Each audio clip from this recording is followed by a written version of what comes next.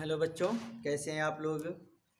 तो आज हम लोग हिंदी काव्य में class 10th high school UP board Hindi काव्य के जीवन परिचय के अंतर्गत आज हम लोग केदारनाथ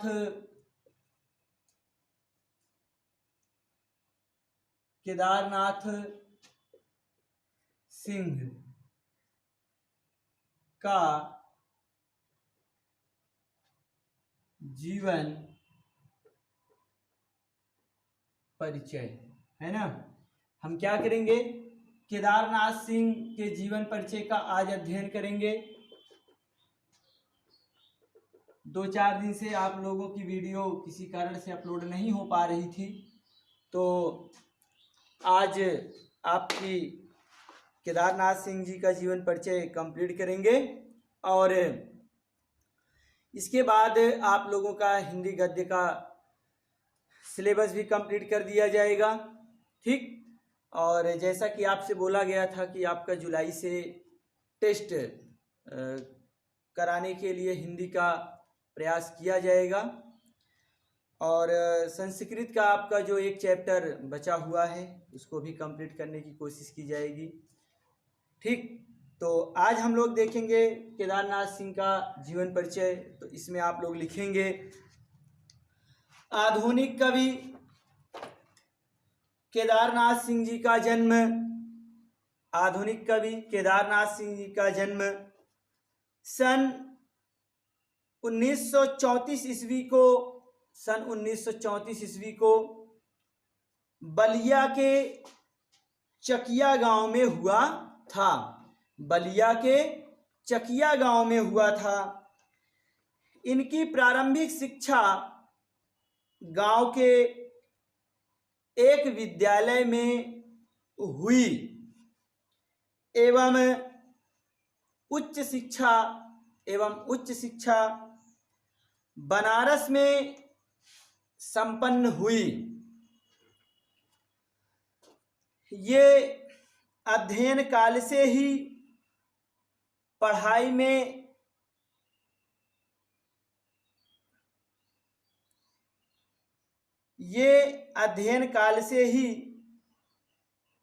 में रुचि लेने लगे थे। केदारनाथ सिंह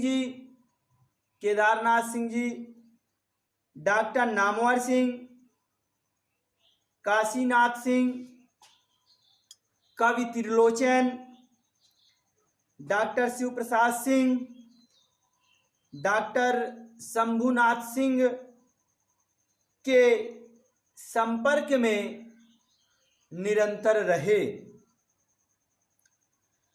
काशी हिंदू विश्वविद्यालय से 1956 ईस्वी में एमए, 1956 ईस्वी में एमए और 1964 ईस्वी में पीएचडी की उपाधि प्राप्त की। ये अज्ञेय द्वारा संपादित तीसरा सप्तक के कवि रहे। अब ये सप्तक क्या होता है, देखिए, इसको बोला जाता था तार सप्तक। क्या बोला जाता था? तार सप्तक।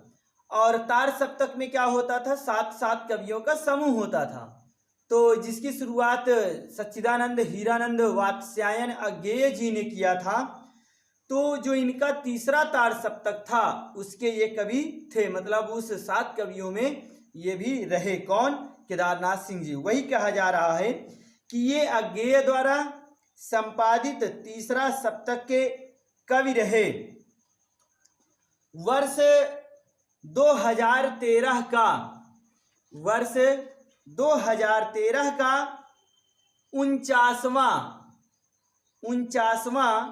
ज्ञानपीठ पुरस्कार प्रदान किया गया था। मतलब इन्हें वर्ष 2013 का 49वां ज्ञानपीठ पुरस्कार प्रदान किया गया था।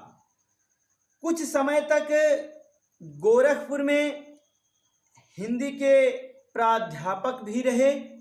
कुछ समय तक गोरखपुर में हिंदी के प्राध्यापक भी रहे। इन्होंने जवाहरलाल नेहरू विश्वविद्यालय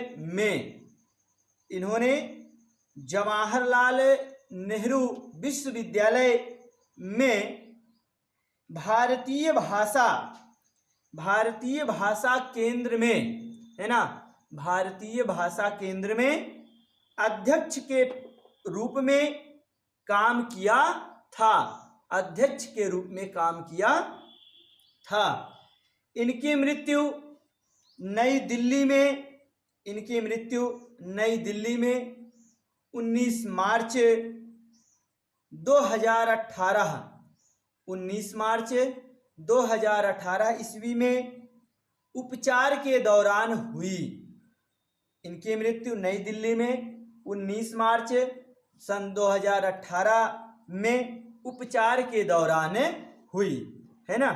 तो ये था इनका जीवन परिचय। अब रचनाओं के बारे में देख लेते हैं, इनकी रचनाएं क्या हैं। तो केदारनाथ सिंह जी की रचनाएं निम्नलिखित हैं। क्या है? अभी बिल्कुल अभी, इनकी पहली रचना है अभी बिल्कुल अभी। जमीन पक रही है, यहां से देखो अकाल में सारस,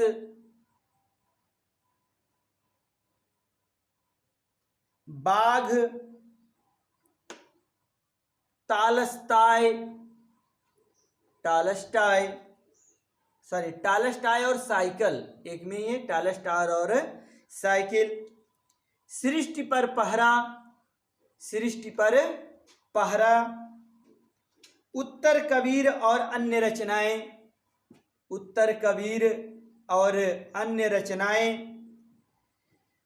मेरे समय के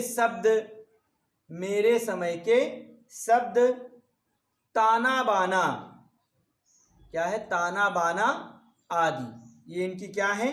प्रमुख रचनाएं थी। ठीक, अब हम लोग कला पक्ष मतलब भाषा शैली की बात करेंगे।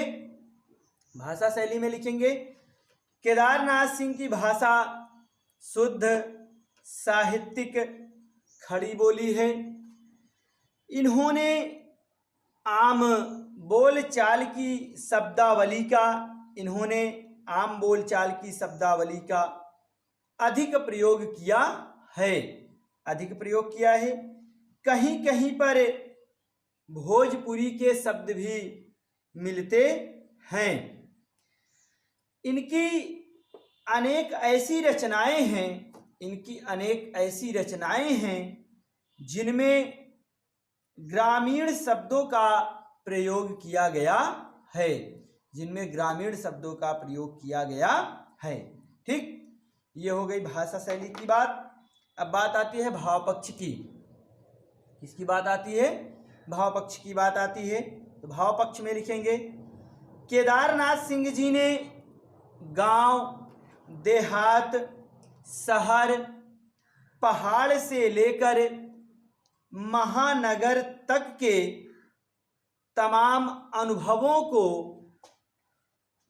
अपने रचना संसार में पिरोया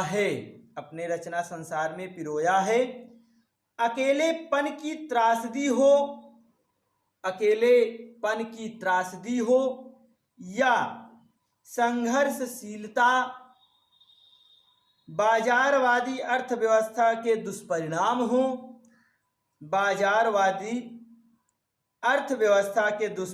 हो अथवा अदम्य जिजीविषा, कवि ने इन सब को अत्यंत संवेदनशीलता से वर्णित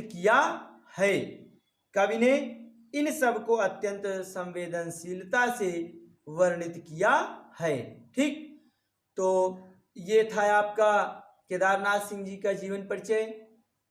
अब इसके बाद हम लोग पढ़ेंगे अशोक वाजपेयी जी का जीवन परिचय वो आपका होगा अगले वीडियो में। तब तक आप लोग इसको अच्छे से कंप्लीट करें। हम मिलते हैं आपसे अगले वीडियो में अशोक वाजपेयी जी के जीवन परिचय के साथ। तब तक आप लोग इसको अच्छे से कंप्लीट करेंगे।